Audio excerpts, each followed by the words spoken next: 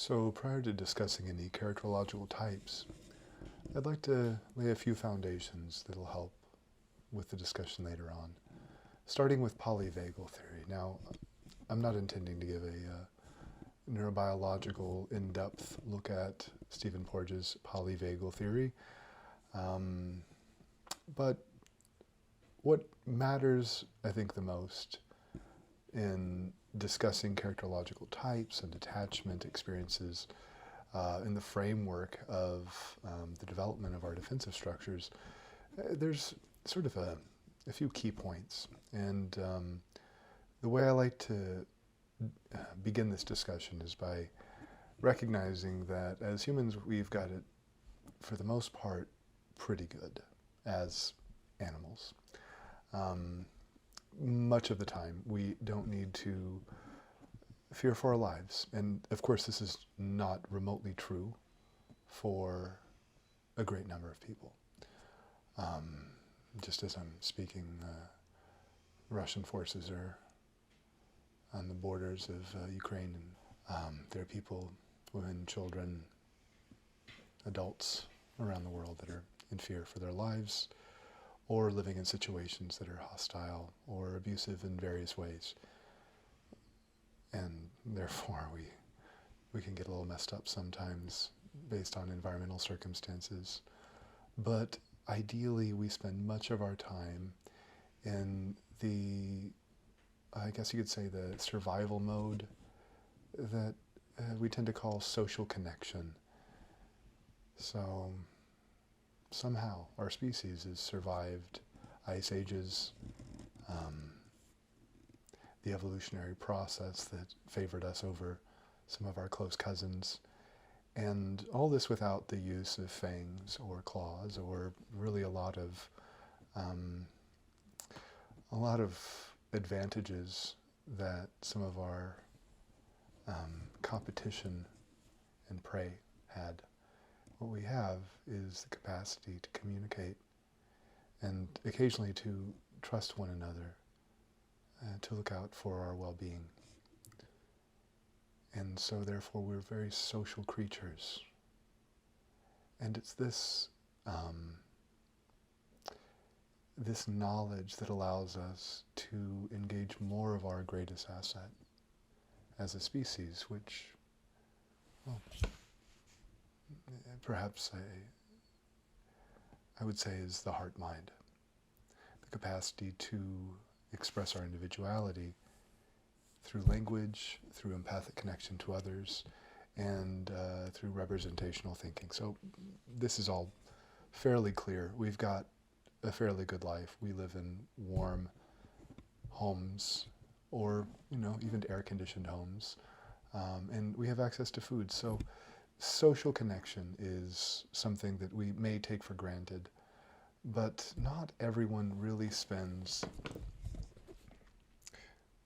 all of their energy in this mode. When we can't trust one another, or when we're faced with a situation that triggers a response that reminds us of a time when we very much felt at risk or alone, or without the type of care that we may have needed during certain developmental periods, especially going all the way back to infancy. What happens is we shift to the next rung down on the ladder, and that's the state of fight or flight. And so if we're not able to breathe, if we're not able to see what's in front of us and trust that we are free from injury or assault or even verbal harassment or emotional harassment, that fight or flight mode kicks in, and it triggers a set of biological and neurological endocrinological responses that evoke anxiety or rage or just the need for either escape or confrontation. And it just so happens that this is a state that for many people is always on the ready. A subtle preparedness for antagonism. And fight or flight serves a purpose because it keeps us from entering an even less enviable state, and that is the state of fold. Fold is something that is not good for humans, even though fish or certain creatures, of course there's the possums that play dead. It's the state where essentially all of the energy is sapped from our nervous systems, and we, in the most extreme form of this state, we prepare for death. So if you speak to someone who's been traumatized, somebody who's, say, been in a car accident, there may have been a moment where that person faced the possibility that they weren't going to walk away. And that leaves an indelible mark on their memory. And if there's not social connection soon thereafter, eye contact, perhaps somebody to assist the person in remembering to breathe, alerting them to their circumstances and helping them to feel once again brought back into the community of others who can be entrusted to be telling the truth about their safety and convey to them a different biological orientation through mirror neurons that allow others to convey their sense of security to us when we're in these states. Without that, what often results is a state of, or a condition of traumatization. And so, given that a lot of our experiences in life, our formative experiences, took place prior to there really being much understanding of what's going on in the world. Why am I cold? What is this feeling I have, this hunger? What are these needs? And also, and one can only begin to imagine the sense of tremendous vulnerability to be in a great big world without a knowledge of what's going on, and these emotional storms that can erupt. And there's a great need there for a caregiver or caregivers to help the young infant through those stages. So you can see I'm taking it to the attachment process, generally thought to reach its height between 9 and 15 months of age, when a very important part of our brain, the orbital cortex, which is the crown of our limbic system that sort of manages these emotional and biological states, at the core of which is the amygdala, which is sort of, it signifies that something's important or that something's dangerous. It ties directly into our sense of smell, and sometimes it even, it plays so many roles that'll be interesting to talk about. And the frontal limbic system can soothe this state of fight or flight.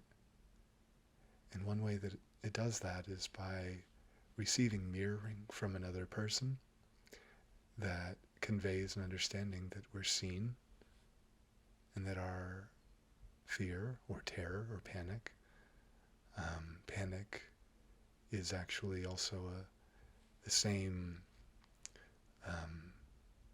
emotional circuitry as separation anxiety and grief. And it's been compared to that feeling of a baby bird when the mother bird leaves the nest. So if one is left in this too long, or if there's not sufficient mirroring, that can actually lead to a bit more of a fear, an actual post-traumatic anxiety that these states might be recreated. And so individuals can go through life with the possibility of certain social experiences or the failure of social relationships to provide certain experiences. They can evoke some of these very early traumatic memories. And it's no surprise then that sometimes we become so unpredictable in our emotions when faced with significant attachment figures in our adult life that actually represent the chance of either providing or either not providing or even desperately frustrating and attacking those needs, or attacking us for expressing those needs. So you can see there's so much to be described there, but it'll make more sense in the context of these character styles. I just wanted to cover the notion of this polyvagal theory and its relationship to traumatization, including especially developmental trauma, because most of these styles that I'll be discussing, they actually relate to dilemmas early in life at various crucial periods of development with regard to the frustration of certain needs or an imposition on the child of certain behaviors in order to meet those needs. So there's a lot to be discussed, but this should suffice for discussion of the polyvagal theory.